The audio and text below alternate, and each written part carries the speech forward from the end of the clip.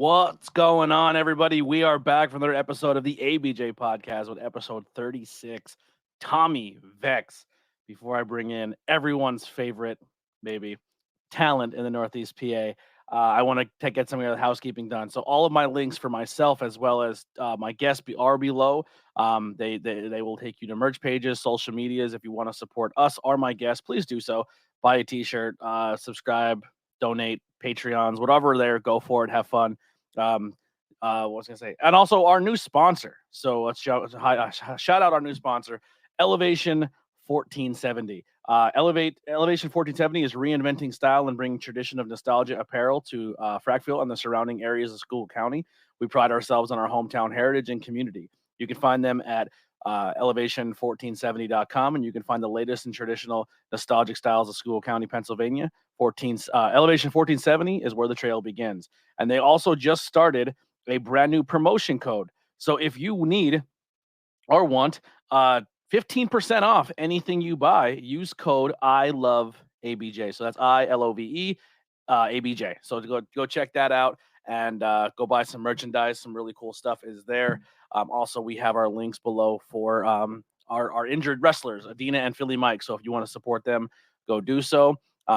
Not this weekend, but next weekend, you can come check us out in Philadelphia, Pennsylvania, Saturday, March 18th, 2023. Doors at 3:30, bell time 4, tickets starting at $20, and they're on sale right now at hightenctionwrestlinghtw.com/shop.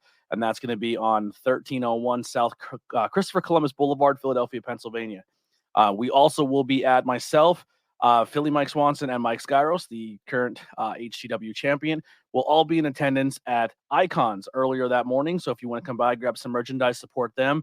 I believe we'll be selling tickets as well there. But you can literally attend the con, walk a couple blocks. I believe it is in walking distance, and I was told there's a really good food spot on the way. You can go check out that. And then we'll be done and wrapped up in plenty of time for you to go back to 2300 Arena and enjoy a second wrestling show that day. So you can make the 18th an all-around awesome wrestling experience. So check that out over on High Tension Wrestling. It's going to be an absolute blast. But without further ado, someone who will be at High Tension Wrestling that day, like I said, everyone's favorite, Tommy Vecs. Show the picture of me, you coward. I don't have your graphic from that one. Why do you not have the? I have this picture. Hey, attaboy. Yeah, that's what a real daddy looks like. I might have another one. Hold on. Is it still in the folder? This is on the fly right here. We're doing it live. Yeah, live. No. Oh, yeah, this is a good one. Well, that one's a good one, and this one's a good one.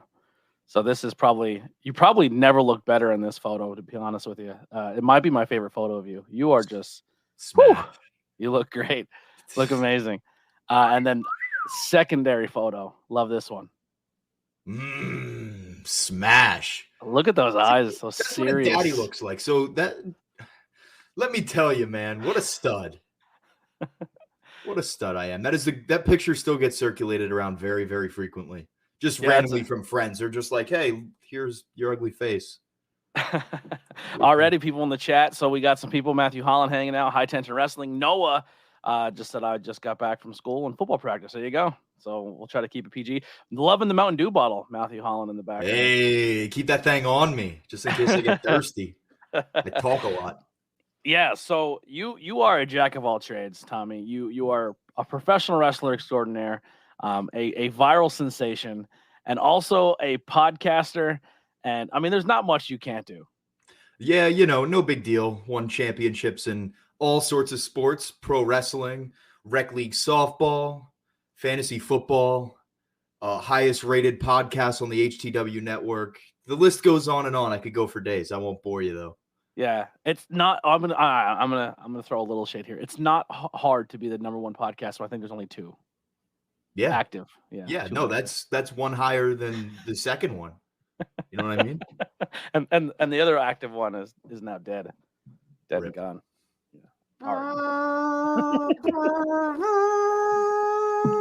Yeah. That was taps. That was taps. I like that. I appreciate it. Well, we're not gonna sit here and beat a dead horse. I like this remark. Anyway. But anyway, yes. Tommy Vecs, how did you get into to this crazy business we call professional wrestling? Man, it was a really, really dark day for everyone. The day I started wrestling training. Now, were you always a wrestling fan? Always, yeah. Pretty much. My dad was always very big into it. I came up in like the golden era of, like the Attitude Era when the business was as hot as it's been. So everybody was always watching it when I was a young lad. Who was your go-to? Like, who was your favorite? You can't go wrong. There was always like Rock guys and Austin guys. I always liked Austin a little bit more. See, I drew my line. I was a generation, I would say, before that. So, I mean, a little bit. I was either a Hogan guy or Macho Man guy at first when I was a young kid.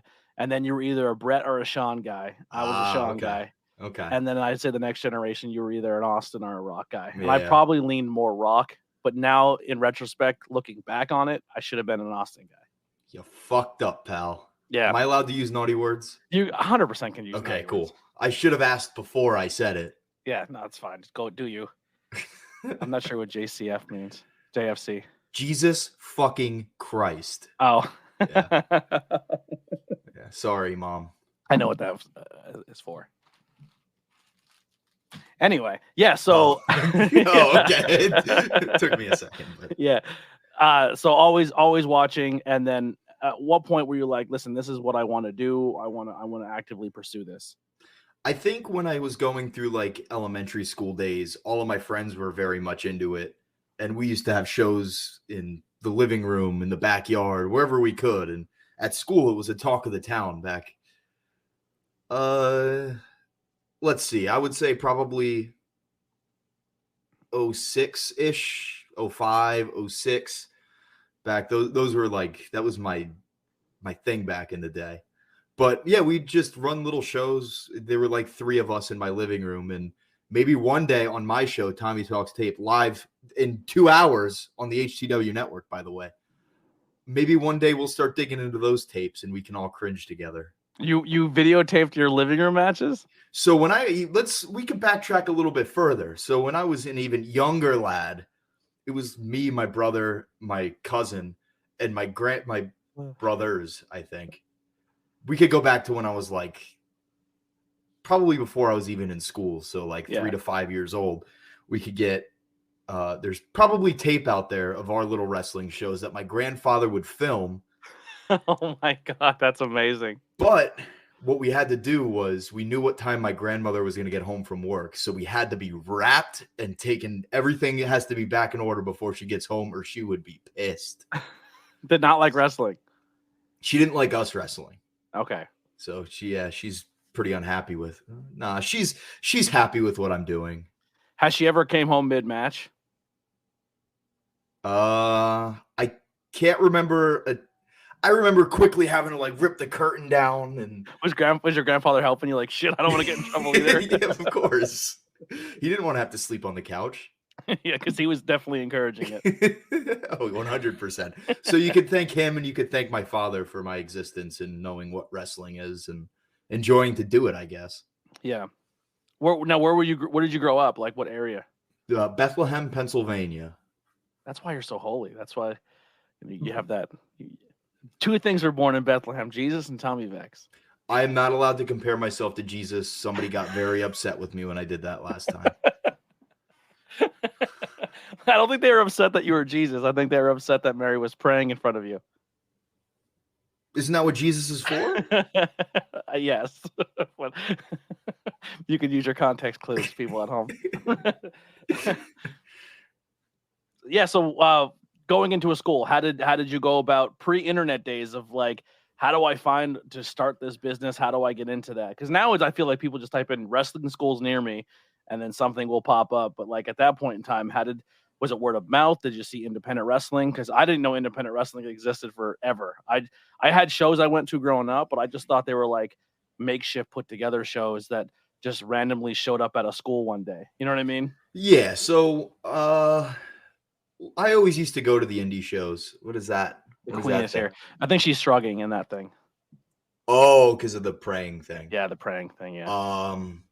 So anyway, yeah, I used to go to a lot of local shows in my area here. I'm trying to find a picture for you. This is great television. I know that. For the audio people listening, head over to the YouTube and check out the video. Yeah, there you go. Plug that. So I used to go to a lot of local shows like WXW that ran right here in Allentown. My father and I would go to those all the time back in the day. So I kind of always knew that it was a thing. I knew that the school was a thing. But when I officially turned 16, are you familiar with professional wrestling legend, the Love Bug? I am not. Ah, boo. I am not familiar with him at all. Okay, you can. I sent you a picture. Enough about Tommy. Let's talk more about Keikoa. No, he left me. That's Daddy, right? That's your daddy. Yeah, he will be in town for wrestling this weekend. Anyway, I'm getting off track. Is that you? That is 100% me live on SmackDown, dressed as Ric Flair. I love that. And my father has the Fred Durst backwards hat. I love that. That's awesome. You were literally Gavin before Gavin. Facts. That is crazy. How is that? How is that not put on the internet of you dressed as Ric Flair and Gavin dressed as Ric Flair? I mean, you could break the story now. I'm just trying to save that kid from becoming me. Yeah. you are literally in a time machine trying to save that kid from his own existence. Yeah. I you know what? It all makes sense. And I'm the bad guy. Yeah, you're not really trying to hurt the kid's feelings. You're just trying to save him from this industry. Yeah, facts. Wow, you're Tommy, you're a fucking genius. Yeah, I know. Love Bug and martial law. Yep. And then Love Bug, dude, Jesus H Christ. There you go. So people popping for Love Bug. He worked with my cousin, and my cousin obviously was also a wrestling fan, as we previously stated. His gimmick name was Skyscraper because he's older than us, so he was always taller. He's still taller than me. That son of a. But yeah, they worked together, so that's how I kind of got my in with him, and eventually I started training under him and Mongoose. Do you know who Mongoose is? I've heard of Mongoose. I don't think I've ever met Mongoose though. An absolute stud that man is. Let me tell you, he's a stud. He's just a good old school worker, like just very good. Yeah. And then eventually something happened with the building there, and they had to shut the school down. So then I migrated my way over to the Samoans and trained there the rest of the way. And I know we just had some recent photos of you, Riley, Dylan, Ace Austin. Mm-hmm. Who else is in that photo? I think you had, and she was telling the story of the podcast at the time. You had bleach blonde M&M hair. All right. So what had happened with that? Because it was like a Halloween costume where you were Hulk Hogan. Facts. Okay, good. So she knows the whole story. That's solid. Yeah. That's fantastic. And the reason that it stayed on so long was because my brother said, if you keep it on 2 weeks, I don't know, I'm just going to use 2 weeks. If you keep your hair blonde for 2 weeks, I'll buy you a hoagie. So I get my hair blonde. For a hoagie? Yeah. You're the Theo Von of independent wrestling. I don't, what? You ever listen to Theo Von where he just has these insane, like, stories and like crazy things that like unbelievable, like I kept my hair bleached blonde for 2 weeks for a hoagie. Yeah, it was worth it. It was a primo hoagie. Those things are expensive. Wow. So you got your hoagie? Yeah, I did, and then I cut my hair. You should bring it back. You should dye your hair right now bleach blonde. Nah, I'm scared. What if it doesn't grow back? That is a giant fear, I guess. Yeah. Yeah, so you joined the Wild Samoans. What was training there like? From what I heard from people, they're very cardio heavy, and they're just going to beat the shit out of you cardio wise to see like if you want this or not. Yeah, it was, especially early on, it was like that because obviously if you're going to quit on yourself, why should they take the time to teach you? That's the way I always see it. So yeah, did you come into it doing sports before this? Like I know you're into baseball and fantasy football. I played baseball. I played football. I think around middle school I stopped playing football because, like, look at me, I'm just the most average. Like, what position can I play? I'm not fast. Kicker. No. I mean, that's what I did. I was a kicker and punter. Yeah. Were you any good? I played soccer my whole life, so that was my transition. Okay. Soccer to, I never played soccer. Soccer's not a real sport, but wow. Yeah, I went there. Wow. I said what I said. Yeah, I kind of had a little bit of a background, especially with football. I feel like the mentality is pretty similar, even at a young kid level. But when I got to middle school, I stopped playing that. And then when I started wrestling, I stopped playing baseball. I wasn't really good at anything anyway. So you're saying that you were not very athletic. See, that's a tough one. I think just in the hitting a ball or running fast or being big, that maybe in that aspect I'm not good at. I would even say now at fat phase, I've always felt I was pretty athletic. Like you could put me in any sport and I would thrive. And I was always the smallest person there. So like size, that doesn't matter anything. I would thrive. I do very well. I could never hit a baseball. Like I just couldn't. I don't know, my hand-eye coordination or what it was. And then by the time I got old enough to try it again is when my shoulders were shot. So every time I hit it, I felt like my arms would fly off my body. If you ever want rec league softball champion, I could show you the ropes. I can't. I would be a decent like base runner, but I don't even like that. Like I'm just running not sucks. Baseball, softball, not my thing. So anyway, so being athletic. I think in some ways I am, and in some ways I'm not. Like a backflip is not something you'll see me do. So if you consider that athleticism, then yeah. Could I maybe? But there's I think what makes you shine in professional wrestling, obviously character work. Like if you were an RPG character, right? Like your stats are jacked in charisma. Like you have good character, good charisma. You know how to work a crowd. All that is jacked to as max level, probably +2 even on top of it. And you sell better than anybody. I wouldn't say that. I wouldn't say better than anybody. Who do you think sells better than you? My dad, Dolph Ziggler, the guy that I watched that made me an idiot. Okay, that's fair. But I think on the indie scene, you take a move better than anybody on this, like anybody. Like the way you'll literally throw your legs through ropes and just like you're the most entertaining person on the card at all times. It's the character. Mm-hmm. Like that's just the way that I see it. Like I'm the idiot who talks a lot of shit, but like you need the bad guy. You don't need the bad guy to lose. But like I think character wise, what I do, it just but also sense. Like in ring too, you're very like you're not gonna do backflips and 450s, but in between the ropes, getting the job done, you can do that as well. Yeah, no, I don't. And even as a bad guy, you're a good baby face too. Like you could also adjust to as a baby face. When you were the baby face janitor, I fucking dug it. Like the janitor. You can be a baby face as well. I think you're universal. I think you lean heavier into the heel stuff, but in between the ropes, I think you're just as good as anybody else because you don't need to do crazy. And I probably sound like an old school wrestling guy, like a Cornette, but like you don't need to do all the crazy shit, kid. If the crowd's into what you're doing, it doesn't matter. But it's true. If the crowd's invested in the match, you could do rest holds the whole time. But while you're doing a rest hold, if you're telling the crowd they can, they're the worst people ever, and they're reacting to you, that rest hold, getting the crowd reacting, is cooler than them diving through the ropes and probably getting nothing because they've seen it 14 times that show. So let me ask you this: when you think of wrestling, what's the first thing you think of? Like the first moment that you think of? Hitting the curtain, character, right off the bat. Not like that. Like when you think of like your favorite thing you've ever seen in wrestling. Like moment wise? Your choice, pal.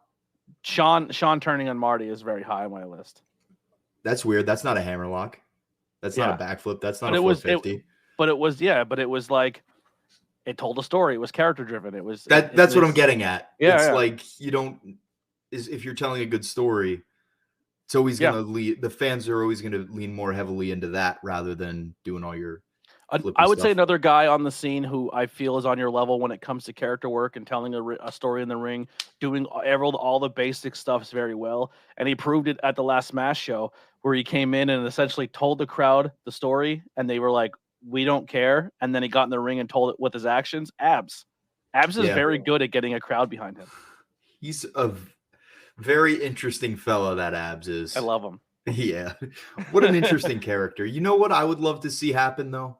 Abs, if you're listening, what you need to do, you need to show up one day and just be ripped. Just show up like legitimately shredded. Just get on the gas. Yeah. Like, no, don't do that. That's bad. For the Spotify listeners, we winked. Yeah. Appreciate you. Just like for the next character development for him, that'd be fantastic. Just gets Lesnared out. Yeah. That'd be amazing.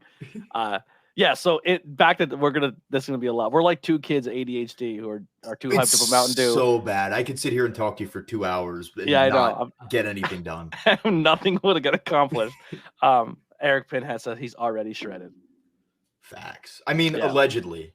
Well, no, they're not fake, totally real abs, according to his social media as well. Oh, okay. So they are. Yeah. Okay, so they are real. If it's on the internet, it's real. That is true. I saw it on his Wikipedia page.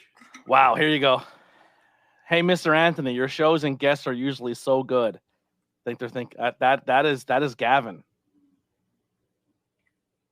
Gavin is in the chat. So, are you done with that statement? Do I say thank you, or are you gonna slice my throat here with your next one?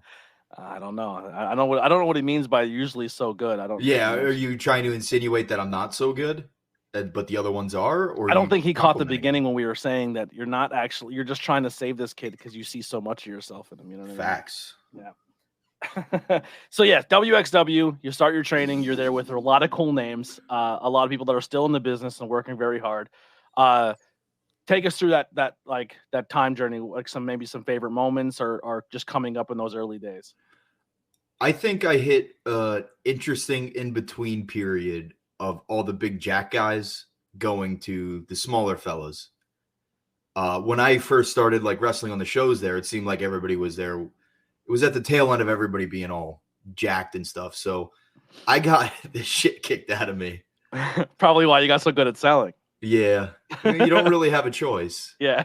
So yeah, I think I caught like the in-between of that, which is good because I think I got to learn a little bit of everything.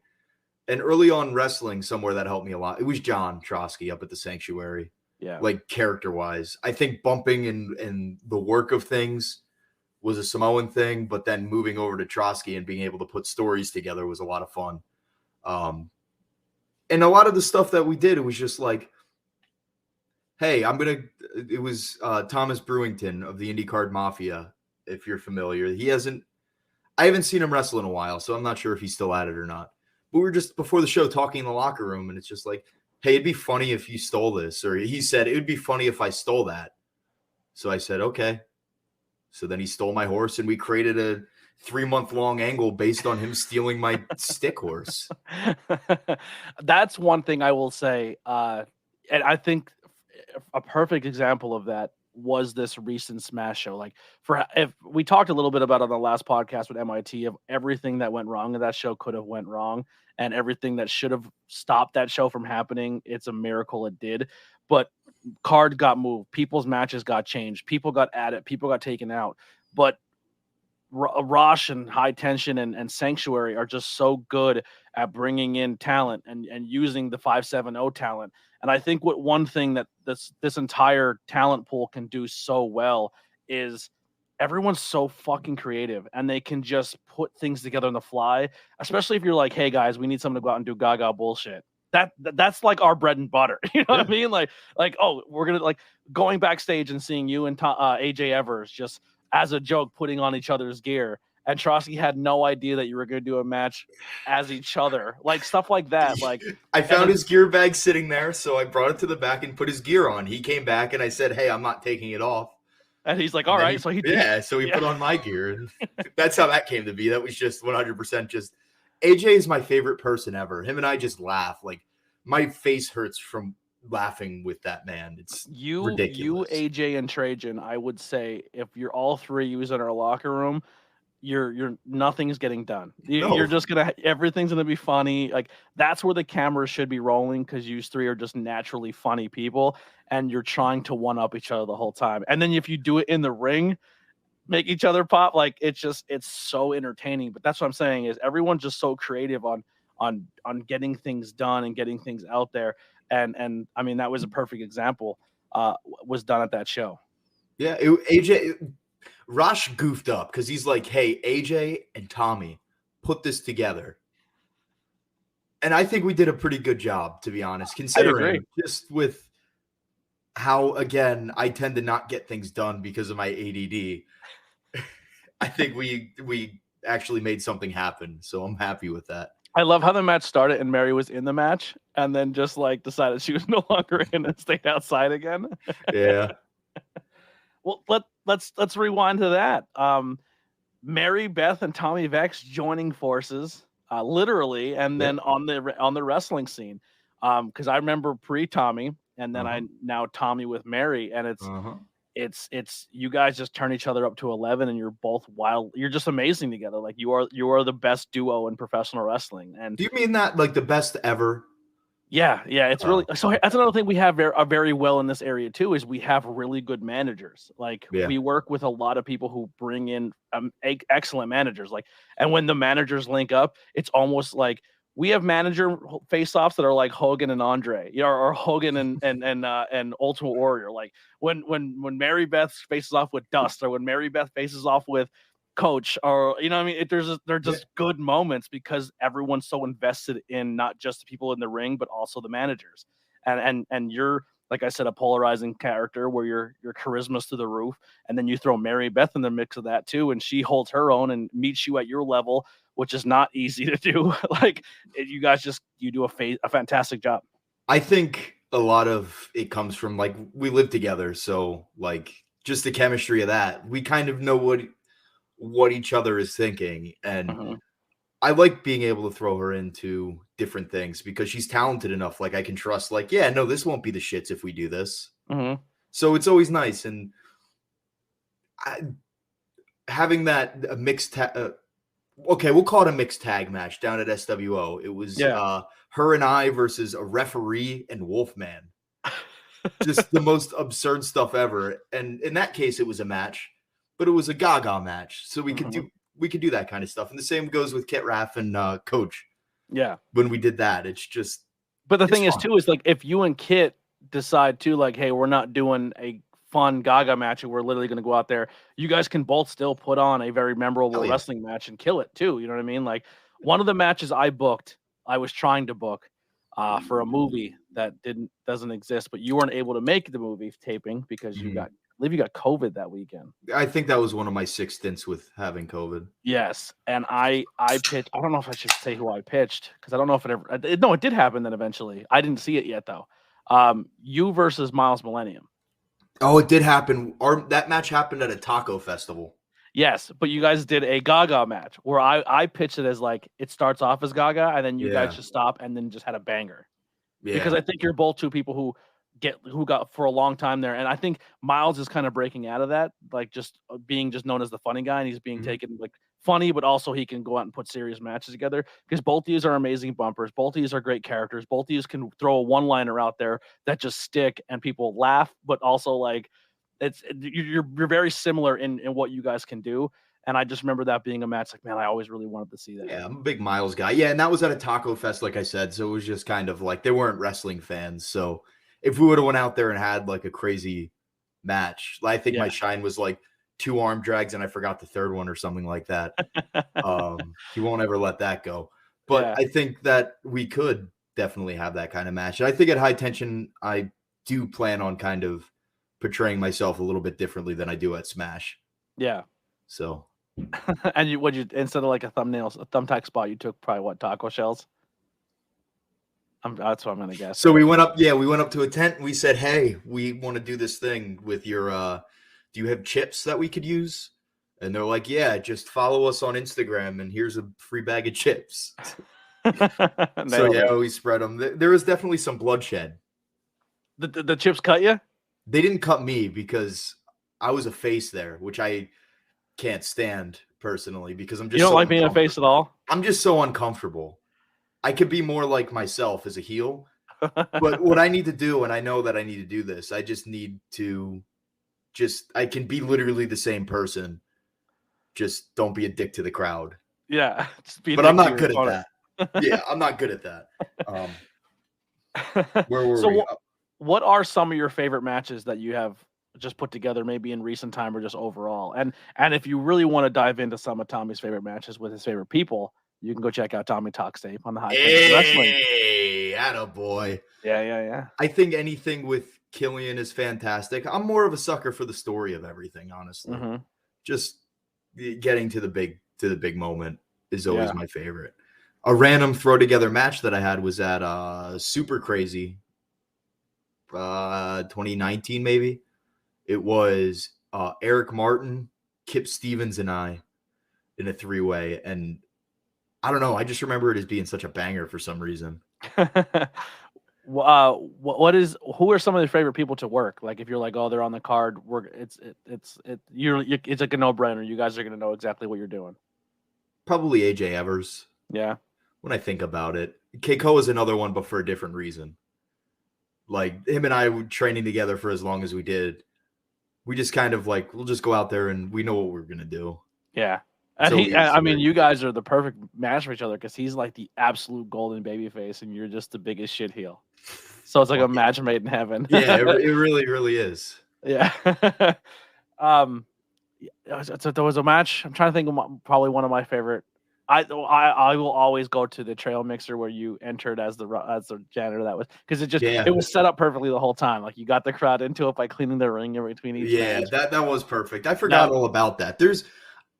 I'll feel bad because like, I left this match or that person out that I love working, but like in my brain. You and AJ on the fly doing a match as each other is very high on my list for you. Yeah. That was excellent. I watched you put on a match where you played heel with and I believe you lost the title that show at WXW to oh my god, I'm having a brain fart.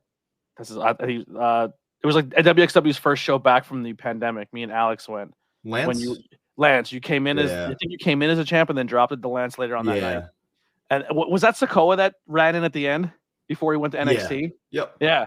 Because he didn't have the blonde hair yet. He looked like literally one of the Usos. Yeah. I was like, holy shit. Like, they're all great. Yeah. I wish I could have like that whole title run back, obviously, even before COVID. Yeah. Just because I think my understanding of how like it should have been now would have been so much better than what it was then, if that makes any sense. If that's English. Yeah. And then you got to work some amazing legends in the business. Let's start off just at your dream match, you versus Mr. Ooh-La-La. You petitioned for that match for a very long time. Yeah, literally anybody who would listen to me, I asked for that match. And Alex, thank you very much, made it happen at like the second show or something like that. I remember putting together because for some reason you were in the same building as him at Outbreak. And we did that little promo where you're like, you're my favorite wrestler. He's like, this guy's been drinking. He's the best. I'm gonna wipe that. Oh no, you just shaved, but it was growing back. You're like, I'm glad he shaved that stupid mustache off his face. Mr. Ooh-La-La, man. I just always, from the beginning, I just thought he was always so great. And you can hear the full story 1 week from tonight, March. Are you having him on the podcast? Oh, yeah. What? It's in the chamber. It's coming out next week in correlation with the HTW show. Oh, my God. I love that. So you and Mr. Ooh-La-La are going to talk on Toppy Talks tape. Oh, yeah. And it's great because we talked a lot about his career because him and I never really sat there and I never said, so tell me your story. Yeah. And we finally got to do that. That's my favorite part of all this is I know a lot of wrestlers hate telling their origin story on every single podcast, but I feel like not everybody legit cares when they ask the question of their origin stories. You know what I mean? Yeah. But someone like him, dude, like no one knows. Like our generation doesn't know that shit. And he's been around so fucking long. Yeah. No, 100%. Like we got into detail about how he would get his name out there and stuff like that. People that he's worked with. It's awesome. I'm not going to give any spoilers. Watch my fucking show. I'm definitely tuning in. That's going to be amazing. What are some other names that you worked that people would know or have seen on TV? So my biggest flex, I would say, is Rock and Roll Express back in 2017, which was like way too soon for me to be working. Who'd you team with? That. Mark Hart. Oh, wow. Yeah. Mark Maverick. He was before that. Yeah, it was just way too soon, in my opinion. Like, I would have gained a lot more from it now if I were to have that match now versus then. Yeah. And I think 2017 they were still Rock and Roll Express, but I think like 2022, 2021 Rock and Roll Express, like they were fucking nuts, dude. They were wrestling like they're 18-year-old again. You know what I mean? Like they were hitting destroyers. Like what? Yeah, no, that wasn't anything that they did in our match. It was all old school style. Yeah. Just listen to me. And, any other people that you got to rub elbows with backstage that you would say helped you out or got to learn from? Let's see. You always ask me the tough questions. So this is just a weird one. Earl Hebner's somebody that I remember having pretty interesting conversations with. Yeah, very nice guy. Yeah. Anybody that I could go up to and say, hey, I like with him specifically. I went up and asked him like, hey, I have a manager. Like, what's your favorite spot as a ref? Like a distraction or anything like that? It's a good question. Yeah, he put a spot together for us, so that was good. That was at an Outbreak show. Yeah. So what was Earl Hebner's favorite ref distraction from a manager? I'm gonna sound like a real scumbag. I'm not quite. I don't remember what it was. Yeah. It wasn't anything like crazy. It was just one of the things like, yeah, this always works. This is keep it simple. Yeah. That's probably why I don't remember exactly what it was. Literally just did the main event for Header and Ian Bush. And I went up to him after. I was like, yo, it's hot in this building. I know I'm hot. He's got to be dying. And we got a couple cases, like waters from our case. And we walked up, me and BP. We're like, Mr. Hebner, here's some water. And he goes, boy, are you crazy? You going to fuck up my buzz. And he had a Coors Light. That is awesome. Yeah. And I was like, Earl, you're the fucking best. And then he sat and talked to us for what felt like 2 hours. Like, yeah. He was such a nice human being, man. He's one of my favorite people I got to meet. Yeah. Yeah. Here's a question. Matty D over Earl Hebner. Look at that, George. Look at George's hair in that photo. Yeah, that's a ballsy statement from a man with some ballsy hair up there. There it is. When Gavin is old enough to wrestle, would you ever be tag team partners with him, or will there always be heat? If he apologizes to me, maybe I could take him under my wing. Are you gonna be Gavin's Mr. Ooh La La? I don't know. I never thought about that. How old is he right now? He's like 7 or 8. Yeah. In 10 years, I'll be like, 36. So I wouldn't consider. I don't know. Would I be Mr. Ooh La La at that point? No. Do you give Gavin a match like right as soon as he's training ready to go, or do you let him earn his chops a little before he gets in the ring?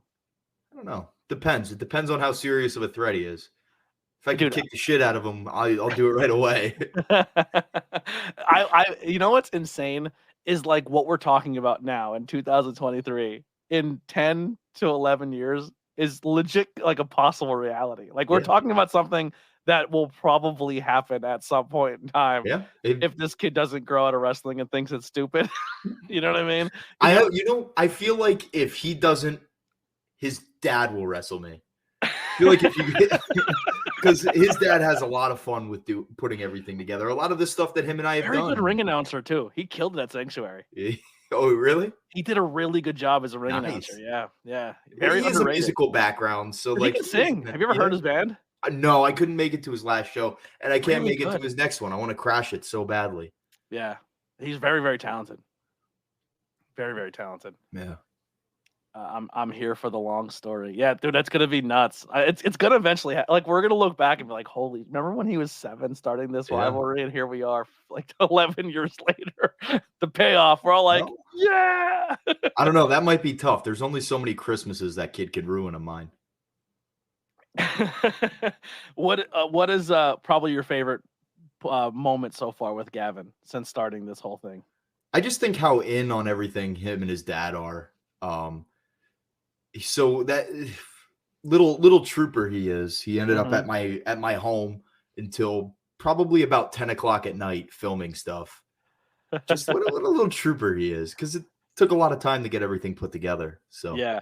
Well, and one of the things is too is like what I really like about you guys is you're willing to put the time in outside of the ring and outside of the promotion to put things together, because the fans they get more invested in it. More people are talking about the you and Gavin thing because you guys are meeting and you're filming things and you're doing bits. Ricky Price is doing that very well right now. MIT is doing that. Like, I think those are the things I think this younger generation is seeing people like you do that. and inspired to push themselves further. Because it's one thing just to cut a promo, just be like, "Oh, on this Saturday, I'm going to beat you up." You know what I mean? That shit doesn't work. Yeah. There's no reason, like, you can't, there's no, if I see that, it's just like, oh, cool. Just like the other 12 guys that said the same thing. Cool. Yeah. I'm always more of a skit kind of guy. And if I don't feel it, if I don't love the bit, then I just don't do one. Would you say you pulled that from Sanctuary? Like Sanctuary, you landed that from Sanctuary? I would say probably, like, subconsciously. I can't think of a moment that's like, we need to start doing this because of the Sanctuary. Yeah, no, but I'm saying I think it definitely planted the seeds. Yeah. If I had to guess, that would probably be it. Because Killian's, I feel the same way, where Killian's more of the skit than just the promo, I'm going to beat you up. And he also, dipped his toes in that place for a long time. Yeah. Well, another rivalry that we can talk about now that it's all said and done, I think was a talk for the entire summer, was the Dust Mary wedding. Yeah, that was a giant thing that you guys orchestrated for a while. Well, it might not be over yet. Oh, maybe, I don't know. I love it. Anytime you get Mary or Dust in and I can see you and Killian wrestle, I will take that in a heartbeat. Yeah, if you surround yourself with the creative people and throw out an idea, let them go to town. That's all that was. There's a photo of you, Killian, and who is it, Dust? And you all just have like sock puppets on. Tommy Talks Tape in roughly like 2 or 3 weeks. We're going to be covering that. Really? Oh yeah.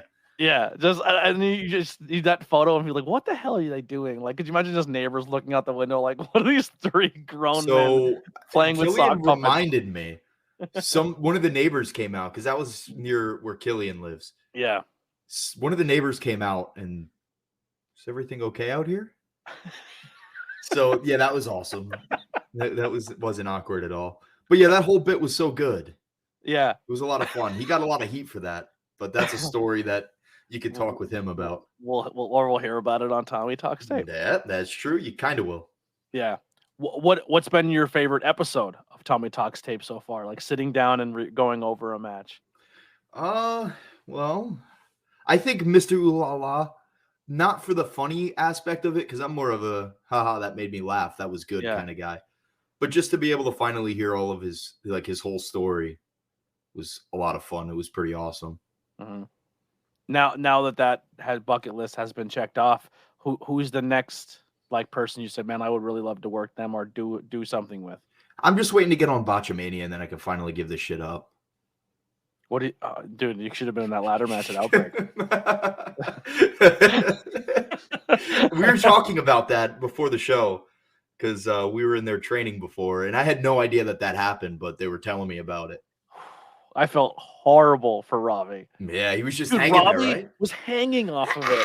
And the belt was ready to break before the rope. Mm-hmm. And we're just screaming, like, just ring the bell. Bring them a knife. Yeah. The rope is still hanging. Like, they just haven't tucked. I think did they cut it? I don't know. It was up there. I don't remember exactly how it was sitting. It's not hanging down. It just kind of tucked into a beam. But they never took it off. That's awesome. But yeah, the whole time Trajan's like handcuffed to the rope, just looking up like, what the God. I love wrestling sometimes. We're getting close to it. If anyone else has any questions in the chat, please put them in for Tommy. But another thing I want to kind of bring up, you're talking about your early days of training and starting off very young and training with someone like an Ace Austin, and you work with him forever and watch him grow and watch him develop. And now you see him touring the world and he's in Japan and he's, now he's the 2-time X Division champ and now a current tag team champ. Like, I personally love watching my friends succeed, but like for you to be with that dude since the beginning and seeing where he's at now, does that motivate you? Does that like where do you mentally, where do you stand with that? Yeah, it's great to see him go out there and do his thing. He went out there and earned it too. It's not like it was just, they didn't come into the school and say, hey, you 5'6" guy, come with me, you're signed. He went out there and he earned it. He moved to where he had to go to get in there. So it's super awesome to see. Yeah. I think like right now he's probably like our guy that we're like, he did it. You know what I mean? Yeah, it's great. It's fantastic. Shake our fist and we're super happy for him. But I think that's kind of cool to see. Like, I haven't had that moment yet where I've seen someone from the beginning rise up and get to that level. But like, you were with the kid since the day, like almost day one, What I'm super proud about is just how much he matured. Yeah. Like he's a super humble, cool dude now. Mhm. Not saying that he wasn't always. Just early on, I think some of the veteran guys had a problem with him just being young and saying the wrong things. I don't remember any of the specific details, but Yeah. nobody has a problem with that anymore. Boy, so. are they shitheads now? Yeah. Like, what's this kid ever gonna do? Like, yeah, everything you dreamed of. Yeah. Honestly. Hunter Dillon says he has this trademark question. If you could write a letter to your younger self, what would it say? It would depend on how young, but I would say probably just don't get bitter about wrestling, and I feel like if you feel like you deserve more than you have, then you're not going to be putting in the work anymore. And I kind of fell into that a little bit a few years back. Mhm. But then it's like, well, just keep working. Like, keep training, keep getting better. That was my issue. I was around bitter, sore wrestling vets who thought they should have been higher when they probably weren't, and just toxic of we're the best and everyone are like, you can see when people start falling into that. And I wasn't even in the business. I was just hanging out with them, and it stopped being fun. And I was like, this is fucking lame. And I kind of separated myself from them and then put myself around people who weren't like that. And then just having fun and being a fan again really rejuvenated me. And like, I'm kind of back in that groove where it's just like, this is just whatever happens. Let's just go in there and have a fucking blast. Yeah, it's super important to surround yourself with decent people who aren't going to just drag you down. Yeah. Because that's definitely a thing too.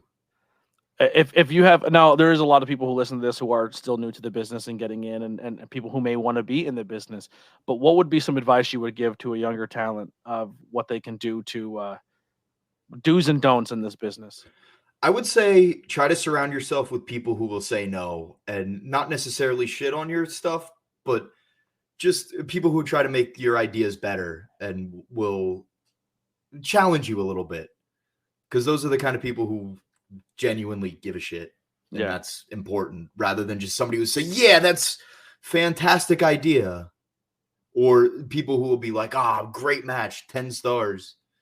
And then even watch it. Tell me what I could do better, please. Yeah. You're not going to get any better if you don't have people who are going to challenge you.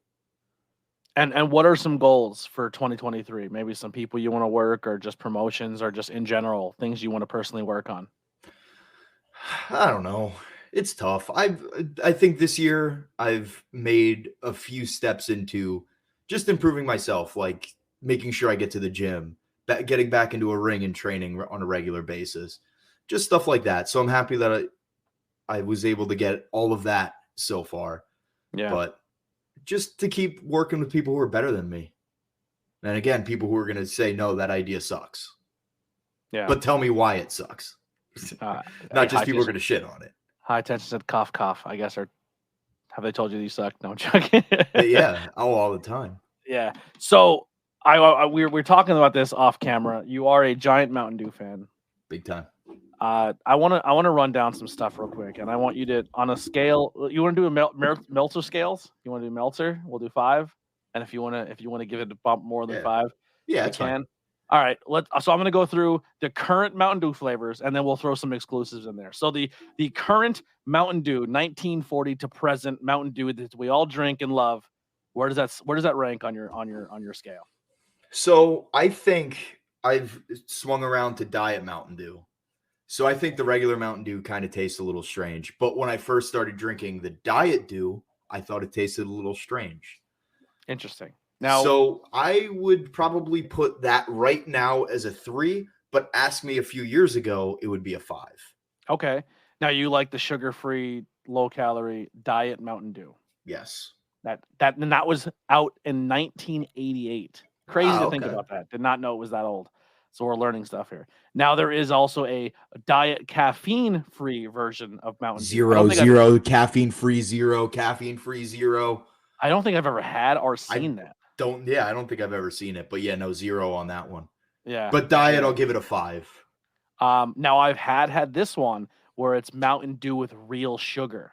Like that's becoming a thing again, because I guess they don't actually use real sugar in the sodas. It's kind of like the high fructose corn syrup is what they use a lot. Yes. So the actual real I had the real sugar Mountain Dew and I had the real sugar Pepsi, and I do think there is a difference. I've never had a real sugar Mountain Dew, but I will say there is a difference with the real sugar Pepsi. I I'm mean, a they're in Pepsi guy. bottles too. Yeah, Like if I'm gonna go have a gross, disgusting meal, that's what I'm gonna go with. I'll go with like Pepsi. a Pepsi. Yeah. Yeah. All right, here's usually everyone's top one. Started off as a exclusive to Taco Bell, and now it is out for the world to enjoy. Mountain Dew Baja Blast. 6.5 stars. Wow, it breaks the scale. Yeah, I legitimately went to Taco Bell about 2 weeks ago because I was jonesing for a Baja Blast. You don't Just even like, have yeah, to I guess go I'll to- have some tacos. Yeah, you like. I mean that you don't even have to do that anymore. Baja Blast, you can just go buy at a store. I haven't seen it in any store that I go to. Okay, interesting. All right, my personal favorite, Code Red Mountain Dew. I'll give it like That a is 4. The cherry variant. I'll give it like a 4. You know when this first came out? 2003. One. You know what it was attached to when it first came out? No. The And One mixtapes. Oh, I would have never gotten that. I used to watch those and listen to the music and it's a whole thing. Mountain Dew Live Wire. I don't think I've ever had that, to be honest with you. Let me take a look at. I have the page up as well. Live There's Wire. no photo of it, so. Introduced in 03, limited edition summer. I'll give it 2.5. Never. 2.5? I don't know. Yeah, I've never had it before. Not memorable. There's not even a photo of it, so who cares? Mountain Dew Voltage. That's the blue raspberry. I'm a fan of that. That's a good one. I don't think I've ever had it either. I'm gonna give it a 4. A 4? Yeah. Okay. Good. Donnie says it's the other one is orange. It's like an orange Mountain Dew. Now I have seen it, the orange one. I don't remember it. Still 2.5 because orange flavoring is not my thing, so I don't care. Mountain Dew Major Melon. That's the watermelon Mountain Dew. I've had that. That's pretty good. It's like fine. It's nothing to write home. I'm not gonna write home to mom and pa about it. Like a 3, middle of the road. Yeah, I'll give it like a 3. All right. Mountain Dew Spark. That's the raspberry lemonade. Is there a picture of it? It was exclusively at Speedway gas stations for a limited time, and now has been released widely. I did have that. It has clouds and shit all over it. I think I'm gonna give it a 2.5, like the one that I don't remember if I ever had, because it's like, And then there's a Mountain Dew Goji Citrus Strawberry. It's released in 2017 and exclusively at convenience stores and college campuses. Do you think I went to college? I didn't go to college, so I know. I don't have a right to rate this one because I didn't go to college. Now this is crazy. I didn't know there was so many. Now this is gonna be my new thing. I'm gonna start looking at these stores for the exclusive Walmart because I didn't know this was a real thing. So I knew about one exclusive. So here you go: Mountain Dew Berry Monsoon, Sam's Club exclusive. Berry lime variant. Mountain Dew Sweet Lightning. I've had this one because I'm a peach guy. That is the Kentucky Fried Chicken exclusive. This is insane. I didn't know this was all real things. Mountain Dew Maui Burst. It's exclusive to Dollar General. Dollar General. Yeah. Dollar General exclusive. Mountain Dew Frostbite is a Walmart exclusive. Mountain Dew Atomic Blue, which sounds awful. That's a lemonade one. Sheets. Oh, of course. The terrible one comes from Sheets. Sheets is makes your a lot of favorite, sense. You shut the hell up right now. Tommy loves Sheets. Mountain Dew Southern Shock Bojangles. Never been to Bojangles. Dugaria is a Red Lobster. It is the first alcoholic Mountain Dew product. It's a margarita made with Mountain Dew. Interesting. Now they have those sodas. Mary was supposed to get me them, but we just couldn't cross paths for me to get them off her. Did you try those? Were they good? I did not. I do not partake in alcoholic beverages. Oh, really? Yeah. Look at you. That's why you're fucking just shredded. Yeah, I'm shredded. It's because you drink all those Mountain Dews. Mm-hmm. Where do we leave off here? Mountain Dew Vibe, Witch. I don't even know what a witch is. Yeah, I don't know. I'm gonna go ahead and pop open this Wikipedia page. Yeah, Mountain Dew Thrashed Apple, Kroger's. Mountain Dew Uproar, Food Lion. See what they did there? Uproar, Lion. Gotcha. Mountain Dew Darkberry Blast, Applebee's and Cosmic Wings. Mountain Dew Legend, Buffalo Wild Wings. Mountain Dew Purple Thunder, Circle K. And Mountain Dew Overdrive, Casey's.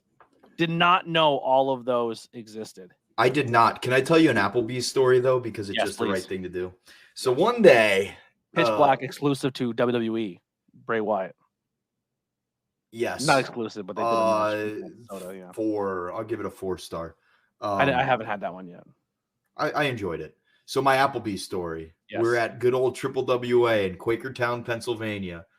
It was a day show, so we went to the local restaurant, which just so happened to be an Applebee's. So the waiter and I were getting a little friendly. All the while, Mary's sitting right here. Love that. Yeah, we're getting like real friendly with it. So, like thanks, babe, that kind of stuff. It was getting pretty flirtatious. He was flirting with me. I was flirting with him. So our meal is complete. And this man brings over a dessert that I did not order. Only for you. It was ice cream with a heart with chocolate syrup on it. The most absolute. We took a picture together. It was epic. It was the most epic experience I've ever had. So at Applebee's, if my boyfriend still works there, tell him I love him. Yes. I also have an Applebee's story. Oh, let's go. So we went to the Sanctuary. Oh, boy. This is how they all started. I think I know this one. And I partaked in some RSO, which I wasn't sure what it was and how strong it was. And essentially, it's like a gel version of marijuana that you put in food, and you're supposed to like mix it with something else and not just take it straight. And I was told, hey, if your back is bothering you, this will help. So I took, and it was one of those things where they squirted it on my thumb, and they're like, oop, I gave you a little bit too much, but you're a big guy, you'll be fine. I'm new to the weed game. I literally just started, right? So I eat this big glob, and I'm good. I'm fine. I'm chilling. Nothing. Show's over, and they're like, yo, we're going to Applebee's. I'm like, you know what? I'm gonna drive over with you guys. So we get to Applebee's, and I'm sitting there and I'm eating, and the waitress comes over, and I just turn my head to like say hi. And as soon as I turned my head, Tommy, the world collapsed on me. Like I immediately got destroyed, and I panicked and had a giant panic attack. All the while I'm doing this, I'm freaking out, and I'm having the worst anxiety.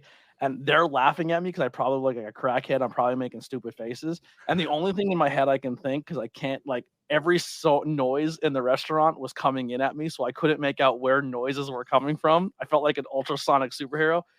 And the whole time I keep looking up at Maestro and Alex, and I think they're laughing at me. And I'm like, what's so fucking funny? I'm not high. I'm not high, guys. And they're like, we didn't even say anything. And I had a complete meltdown. In Applebee's, and God bless Applebee's. I was trying so hard to keep it cool and play it off like I wasn't destroyed, and I was wrecked, absolutely wrecked. Yeah, so that was my first and only RSO experience, and it happened in an Applebee's. So Applebee's is the place. Yeah, so I didn't get a hookup, but I thought I was going to die in an Applebee's. Don't do drugs, kids. Every now and then I'll message my my baby cakes on whatchamacallit, on Instagram. Oh, you became IG friends. He never messaged me back. Really? So you just randomly sent him a message and he ignores you? Let me see if I can find one. Because I remember what it is, but I want to read it. But if I clip the story and then send it to you, you're going to send him the clip story? Yeah. All right, cool. We'll do that. All right. Make sure that's on my list. At Applebee's, service is not the same without you on March 26th. I think that was probably obviously last year. Yeah. And then on Valentine's Day, happy Valentine's Day, babe. Scene. No rad, nothing back. Yeah. Yep. Scene, nothing back. Yeah. And happy 1 year, babe. There's a story. Wow. Jesus. And he ghosted you. Swerved. And he's the one who got you dessert. Yeah, he brought dessert for me. I guess I wasn't very good at eating the cake, if you know what I mean. Wow. Yeah. Now, we talked about your famous people you've worked and the most legendary people you've worked. And I think you've hit a pinnacle in your life at this last Smash show when you got to work Grim from Grimm's Toy Show, GTS. And he kind of ran in on you. And then after the match was over, you were taking your frustration out on a donkey tail. I would explain to you guys this match, but it would take too long. Just wait for the video to come out on Smash Master on YouTube. But you're taking your frustrations out on this donkey tail, and then Grim just grabbed you and threw you in the ring, and just kind of beat you up a little bit. Yeah, he picked the wrong guy to fuck with. I already had the state shut one person down, so. There you go. Oh, so we're saying you're saying you're calling the athletic commission. I might make a few phone. I'm not saying I'm calling anybody. Okay. All I'm gonna say is I've already shut one person down. Grim's made the list. Mess with the wrong guy, Tommy Vecs. Shrug for the Spotify listeners. Wow. Well, so you're saying this isn't over? As a wise man once said, Chris Hansen, that's not up to me. Can we talk about that real quick? Sure. Bro, those old Chris Hansen videos are fucking legendary. I think that Chris Hansen would be a great kicker or quarterback because that dude has ice in his veins. Bro. Could you imagine walking in? I would be hysterically laughing. Like, just to walk in the and subject matter is terrible, right? Absolutely. Let's get that off the table immediately. These are the scummiest of the scum people who are doing the most. It's fun to watch them get theirs. Yeah. When he made that dude strip naked in the garage to come in, and he's like, he had a towel all prepped and everything. Oh my God, one of the greatest moments of television history. And then when he went back to the McDonald's the day after, they just came to get something to eat. It was the most awesome thing ever. Let's just look at the transcripts. It says here I have been in blank television. or blanking blank while you blank the dog and blanking, and you just him just saying blank is funnier than the actual word. Yeah, I have been in television for 20 plus years, and seldom have I ever been speechless. I'm sorry. It was awesome. And the cookies are always on the table. Remember the guy that was eating them and they were stale? Like, you enjoying those cookies? Yeah, they're pretty good. What a bunch of fucking losers. Bro, I'll go on YouTube spirals and watch that shit for hours. Yeah. Not the people that are trying to do it now, like vigilante style, just the old school. Yeah, legendary stuff. All right. And then one more last plug to put out. You do have a match coming up in 2 weeks at High Tension. Oh, there you go. You finally have my graphic. It was sent to me. It's versus goddamn time. Jet Jagori in the number one contender to find out if you're going to be going against Edith Surreal or Mike Skyros. Look how serious you look in that photo. Yeah, I mean, the last time that I wrestled her, it was a 6-man tag match, a 6-person tag match, and AJ Evers and I were on the same team. With the spoiler. Yep. Yeah. So, you figure we may have lost the match, but, spoiler and AJ Evers, maybe I wasn't in the right mindset. Yeah. A one-on-one is where you need to be. And now I'm getting a little bit ahead of myself here because Jet and all. But I want to tell you a Mike Skyros story real quick. Let's do that. I love this. Him and I once had the Wawa versus Sheets debate while shitting next to each other. Not sitting, yes, shitting. Battleship stalls next to each other. And we had this debate. So all I'm going to say is we got a little bit of heat because of that conversation that happened 5 years ago, 3 years ago, 4 years ago. Well, I will have him on the podcast in a couple episodes, so I will ask him if he recalls his Battleship moment. He does. And if he says that he doesn't, he's lying. But anyway. He's a liar, yeah. But anyway. That podcast might lead into you two going at it at some point in time in the future. So that might be a good lead-in. But first, Benny and the Jets, right? Is that his name? Jet Jagori, yes. Oh, Benny and Jet Jagori. Okay. I see what you did there. Yeah, thank you. So I want to start singing. What have you scouted about him? What are you excited about this match? What are you expecting here? He's a goddamn dirtball, just like I am. So you guys are going to be very, very wild, you guys are two people you can't really predict for because you guys don't prep or predict yourselves. So how do you prepare for someone like each other? Wild card, bitches. Yeah! Now you're coming into a spring break 93 in Philly. If I'm not mistaken, and the only reason I know this is because of BP, because he is the encyclopedia of all things wrestling and Philadelphia. 93 is a good year for the city of Philadelphia, especially when it comes to a baseball team. Almost. It was almost a good year, and then I had to go get taken, but no big deal. Yeah. So runner up. What are you bringing to the table for the year 93 when it comes to Tommy Vecs? Are you dressing up fancy? Are you bringing back an old school flavor? Like what are we thinking here? I don't give a shit. I was negative 3 years old. The hell do you want me to dress up as like I was there? So you don't even give a shit. No, I'm gonna beat up Jet Jagori, and then you're gonna take on the winner of the main event later on that night. I guess that's kind of like the order of operations, the PEMDAS of the situation. Eric Pinhead says the only logical way to settle this debate is Tommy and Skyros having a match while dressed as Wawa and Sheetz employees. So we discussed this, and I think what the best course of action is to find a Wawa and a Sheetz next to each other and find a way to have like a line, you know what I mean? Like in between them, and then we fight, and I don't know, maybe a timer, or maybe depending on which side of the street the fall happens. I don't know. I have a non-violent way we can do this as well. Here's what we're gonna do. We're gonna get burgers, chicken, like just get a couple items that are on each menu. Okay. We're gonna take the wrappers off. Okay. We're gonna switch them around, and you guys are gonna do blind taste tests. And as long as it's blind, because if I can see it, I can't physically be able to see it because I'll know. You'll know right away. 100%. Really? I think I might need to be like fed them. Yeah, okay. Like so somebody needs to physically feed me or else I'll feel it and know what it is. You're that I know my Wawa. Wow. Yeah. I will say this. I grew up mostly Sheetz around me. So all I've had was Sheetz. And I thought it was trash. Even without a competition, I thought Sheetz was trash. And then we were doing a lot more shows in like the Philly, New Jersey area. And then a Wawa was put in by Hamburg, so it's kind of like in my vicinity.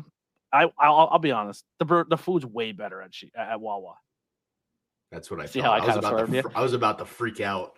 I was about to freak the hell out. But that is my favorite thing to do to you while you're in the ring. Is I like to yell at you that you love the Mets and you're also a giant Sheetz guy. Dude, the Mets are literally a joke.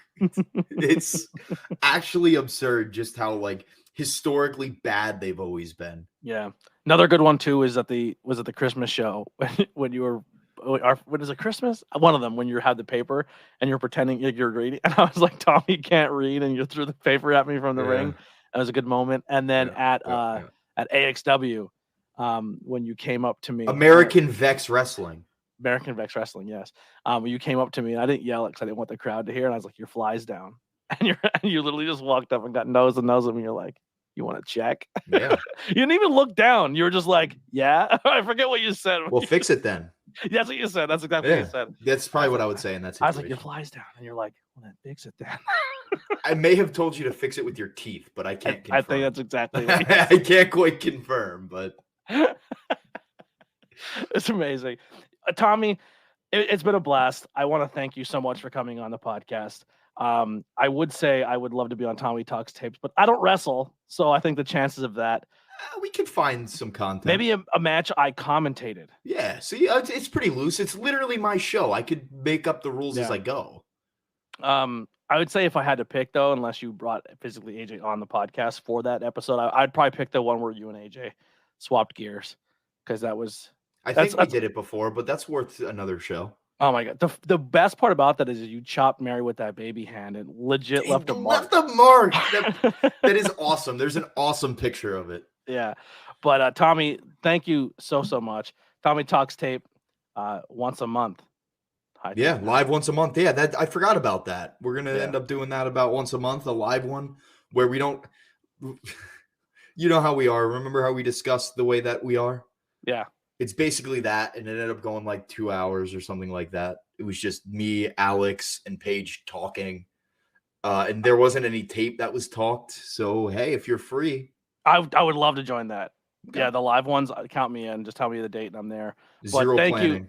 Yeah, thank you so much once again. You are obviously like every time, dude, there's a show and I see you on it. I'm pumped to see you and Mary. You're two of my favorite. All kayfabe aside, Tommy's not really a huge giant piece of shit, even though I call him on commentary. Yes, I am. But I also say how much I hate Tommy, but love Mary, and she's a queen. Yeah. that's my bit on commentary. But and Mary will be on the podcast. She's closing out the month. Look at that, looking great. But my two favorites, honestly, my two favorite people. I seriously like coming in this business. You guys have always been very welcoming to me and making me feel like I'm part of the team, and I appreciate that. And dude, I just can't wait for more fun moments. And I'll see you in 2 weeks in Philly, brother. Yeah, I'll see you in 2 weeks on the live Tommy Talks tape, maybe. Yeah, I would love that. 2.5, 3 weeks. It'll be 3 weeks. 3 weeks. But everyone, thank you so much for tuning in, hanging out with myself and Tommy. Like I said, make sure you go check the links below out. Head over to High Tension Wrestling on YouTube. Subscribe. Are you guys have audio too, or is it just video? Is just video. Yeah, you have to watch the match along with us, unless you just want to hear us laugh and giggle and make inside jokes. So head over to the YouTube channel. It is another banner for the podcast thing. I think it's the second banner in. Go check out Tommy Talks tapes. Very, very entertaining. And Tommy, once again, thank you, brother. I love you to death. And we'll see you guys next time on the ABJ Podcast. Here's some music by Billy Trey.